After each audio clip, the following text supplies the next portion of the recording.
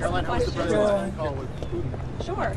He just put out a truth statement. If you haven't seen it yet, I encourage you to look at it. But I was just talking with the president and the Secretary of State and the Vice President, and it was a very good and productive call. It lasted more than 2 hours. There were various issues that were discussed. President Putin congratulated President Trump for solving the conflict in Israel and Gaza and bringing peace back to the Middle East.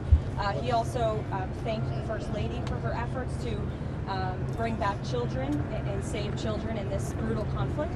And the president feels like great progress was made on this call. They also agreed to have a high-level senior staff meeting convene as early as next week, which will then be followed by a meeting very likely between President Trump and President Putin as well. They talked about Budapest as being a location for that. So as you all know, President Zelensky is coming to the White House tomorrow, so these discussions will continue. And frankly, I think the president deserves great credit. He literally just got off of a trip to the Middle East where historic peace and accomplishments, seeing the hostages return out of Gaza. These are major foreign policy accomplishments that so many people around the world thought could never be achieved. And so I think the president deserves a great deal of credit for doing that, coming home, dealing with so many domestic issues, and then again hopping on yet another call with President Putin and hosting President Zelensky again at the White House tomorrow to try to move the ball forward in peace and end this conflict in Russia.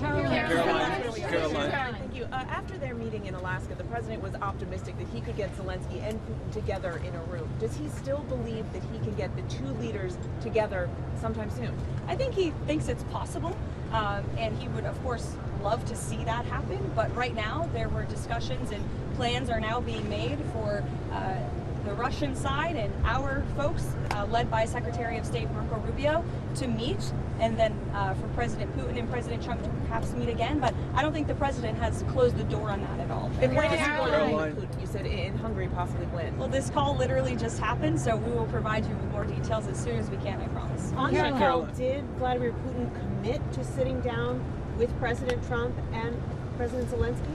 He committed to sitting down with President Trump, as President Trump's truth post put out for you. And what did he say what it would take for him to be willing to sit down with Zelensky finally as well? I don't want to get into that, but as I just said, the president and President Putin discussed meeting together in Budapest, and President Trump will talk about that opportunity with President Zelensky when he's here at the White House. And Zelensky when he's here at the White House tomorrow. Does President Trump believe any conditions have changed to make a second meeting with Putin better, more successful than the Alaska meeting?